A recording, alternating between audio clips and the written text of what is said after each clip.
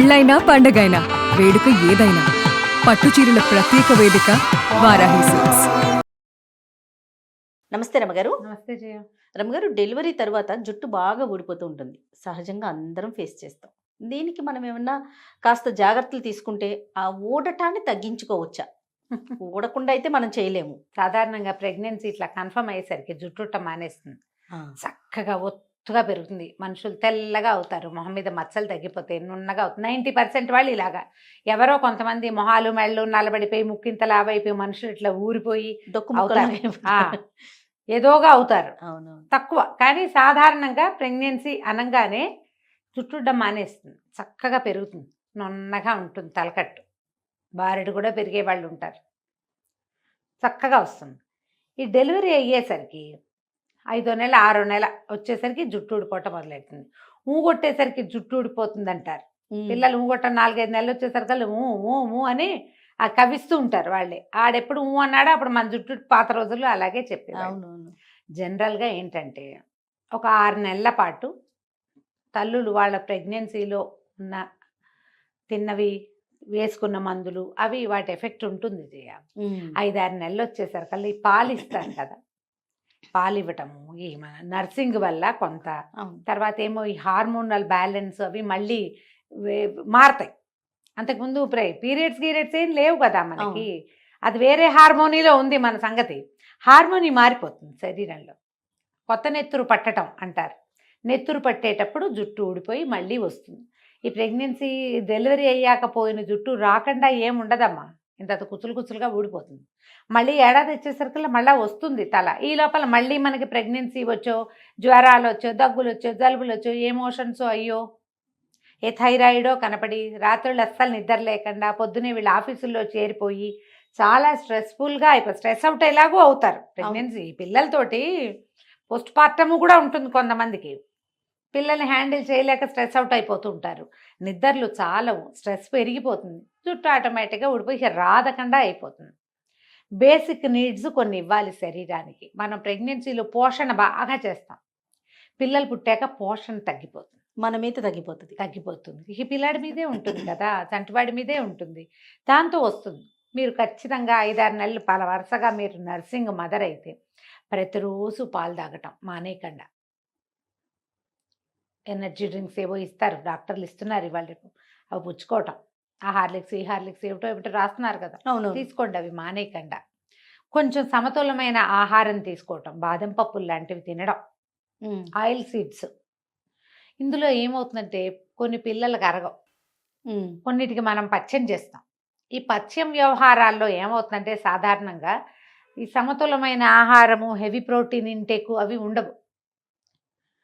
Iron loss ఆటోమేటిక్గా జరిగిపోతుంది. ఈ లోపల పీరియడ్స్ వచ్చేసినాయి అనుకో, ఆటోమేటిక్ ఐరన్ లాస్. అవును కదా. ఇన్ని కారణాల వల్ల ఊడిపోతుంది జుట్టు. మీరు ఖచ్చితంగా ఐరన్ రిచ్ ఫుడ్ తినడము, ఐరన్ విత్ జింక్ ఏదైనా తీసుకోవటము, రాగి మాల్ట్ లాంటివి తీసుకోవటము, తర్వాత డాక్టర్కి చెప్పి నాకు వీక్ ఫీలింగ్ ఉంది, లేకపోతే నాకు నిద్ర పట్టట్లేదు, నాకు జుట్టు ఊడిపోతుంది, ఇలాంటివి చెప్పి జనరల్ మెడిసిన్ కూడా ఒకటి తీసుకోవటము ఏదైనా చేస్తే మీకు జుట్టు పుట్టడం కొంత ఆగుతుంది. పోయిన జుట్టు మళ్ళీ వస్తుంది. ఓకే, సాధారణంగా వస్తుంది, రాకపోవటం ఏముండదు. మనకేంటంటే ఊడిపోయింది కనపడుతుంది, నెత్తి మీద మొలుస్తున్నది ఏం కనిపిస్తుంది, అది బాగా కిందకు వచ్చేదాకా మనకు తెలియదు జుట్టు లావెక్కింది అనే సంగతి, నెత్తి మీద ఉంటుంది కదా. ఇలా మనం ఆహారం విషయంలో కొంచెం మెడిసిన్ ఏదైనా కూడా మల్టీవిటమిన్ లాంటివి తీసుకోవటము. కొంతమంది ఏడాది ఎన్నర్థం వచ్చాక కూడా పాలిచ్చే వాళ్ళు ఉంటారు, వర్క్ చేస్తూ కూడా ఫీడ్ చేస్తున్న మదర్స్ కనపడతారు.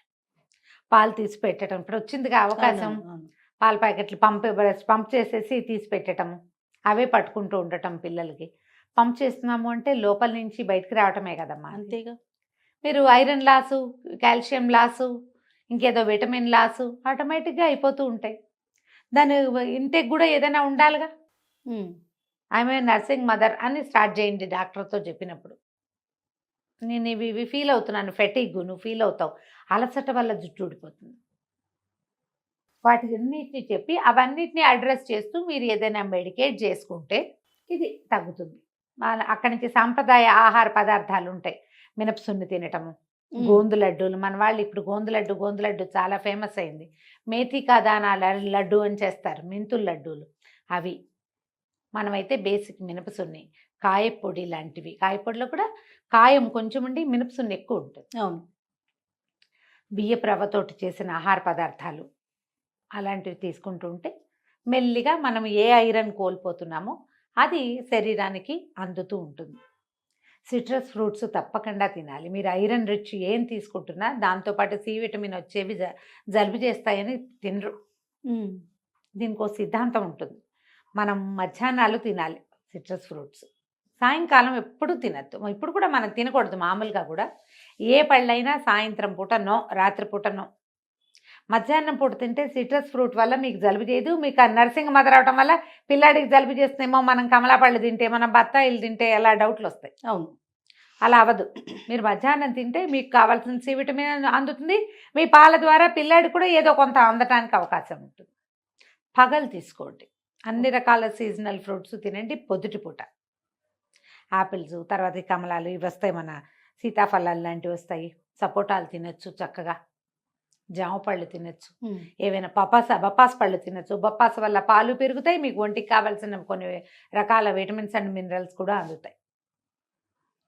ఆహారం విషయంలో కనుక మీరు ఇంటేక్ జాగ్రత్తగా చేస్తే రాగి మాల్ట్ అసలు వదిలిపెట్టద్దు. డెలివరీ అయ్యాక తీసుకోండి, పిల్లలకి ఇస్తాం, మనం కూడా తీసుకోవాలి. ఏమన్నా జొన్న రొట్టెలు, గోధుమ రొట్టెలు తినే అలవాటు ఉంటే శుభ్రంగా అవి కూడా తినచ్చు. కూరలు తింటాము, తర్వాత ఏమంటారు పచ్చివి మన మొలకలు తింటాము, పళ్ళు తినటము, అవి మానకుండా ఉంటే మీకు కావాల్సింది అంది. పిల్లలకి పాలు ఉంటాయి, మీకు నెత్తి మీద జుట్టు కూడా ఉంటుంది. జుట్టు ఊడిపోవటాన్ని మీరు ఎప్పుడైతే తెలుసుకున్నారో అప్పుడే మీరు డాక్టర్ని సంప్రదిస్తే ఇంకా కొంచెం బెటర్ రిజల్ట్స్గా కూడా ఉంటాయి. ఏవో తెచ్చుకుని ఇప్పుడు రాసుకుంటున్నారు రకరకాల ఆ నూనెలు, ఏ నూనెలు అయినా పైన రాస్తే ఏం అవ్వదు, లోపల నుంచి కొంత పడాలి. ఎస్, అది కూడా చేయండి. రెండు కలిస్తే బాగుంటుంది, మీకు రిజల్ట్ బాగుంటుంది. ఇది చాలా సహజమైనది అనుకోండి, హాయిగా ఉంటుంది. మనసుకు ప్రశాంతత, టెన్షన్ ఫీల్ అవ్వకూడదు. అందరికీ ఊడిపోతుంది, ఎవరైనా ఇంతే. ఇలా ఆలోచించండి, హాయిగా ఉంటుంది. రైట్ రమ్మగారు, నమస్తే. నమస్తే.